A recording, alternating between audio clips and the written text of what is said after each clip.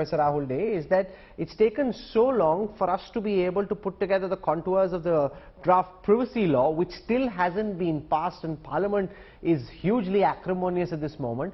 And therefore, if we start work now on legislating and having a legal framework around artificial intelligence, that could take a lot of time, and by then, I was speaking to the Microsoft president Brad Smith at the conclave.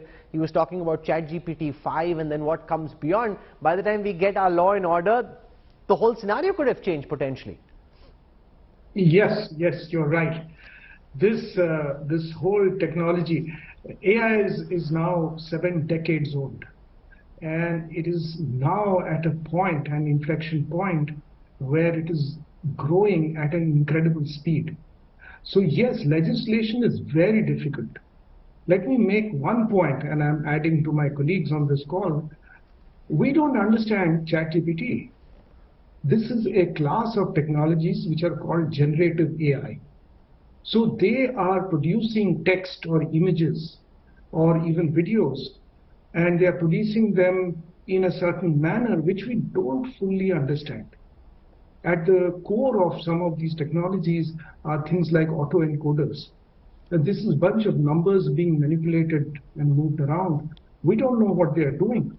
And many scientists are now saying we have to study this phenomena like it is some kind of alien life form, and we have to understand its properties. To legislate, you have to first understand. And that understanding, by the time you finish with GPT-4, of course, 5, 6, 7 will show up. No, but where do you come out on the issue of this letter, Pause Giant AI Experiments, these 3,000 people, including some well-known people, coming out and saying it's moving too fast, it's way too scary, we don't fully understand what's going on, just stop it. Stop it so that you can take stock of what has already been put out into society. You cannot stop it. It is backed by some of the largest companies in the world, and it is backed by governments. They are the two parties which are very interested. One, for competitive reasons. If one company, Microsoft, doesn't come up with it faster, Google will or Facebook will. So they have competitive reasons, and governments are very interested in this. Remember, these are the only two entities which have the resources, massive amounts of data and money to put into this problem. Are they going to stop working on this? I don't think so. You can write letters. See, there is a point to be made about weapons. And in the past, people have talked about biological weapons, nuclear weapons, and there have been letters written and there have been resolutions passed across the world, and people have agreed to it, that they will have non-proliferation treaties, and then they will have non-proliferation of biological weapons, etc. That is weapons. This is still not gone to the weapon stage as yet. No, but it can be weaponized.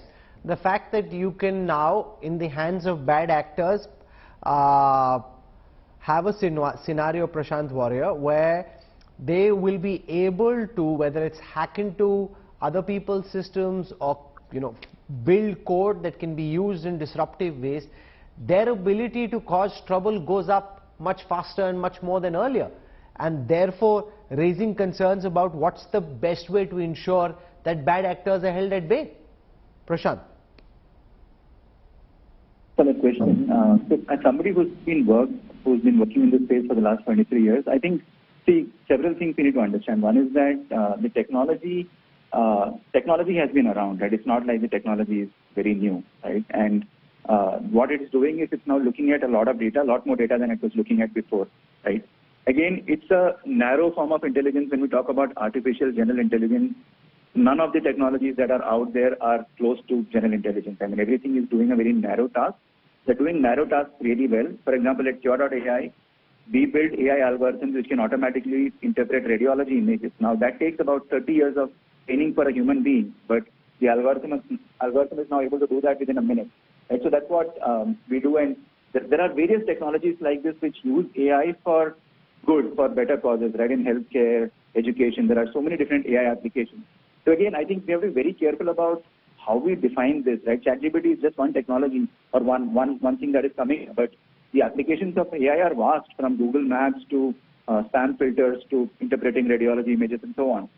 And I think the key issue that I see around this is that there is a lot of data that is being generated, and AI is a black box. So when you're looking at anything that is coming out of ChatGPT, you cannot guarantee that it's going to be 100% true, right? It's also hallucinating a lot of facts.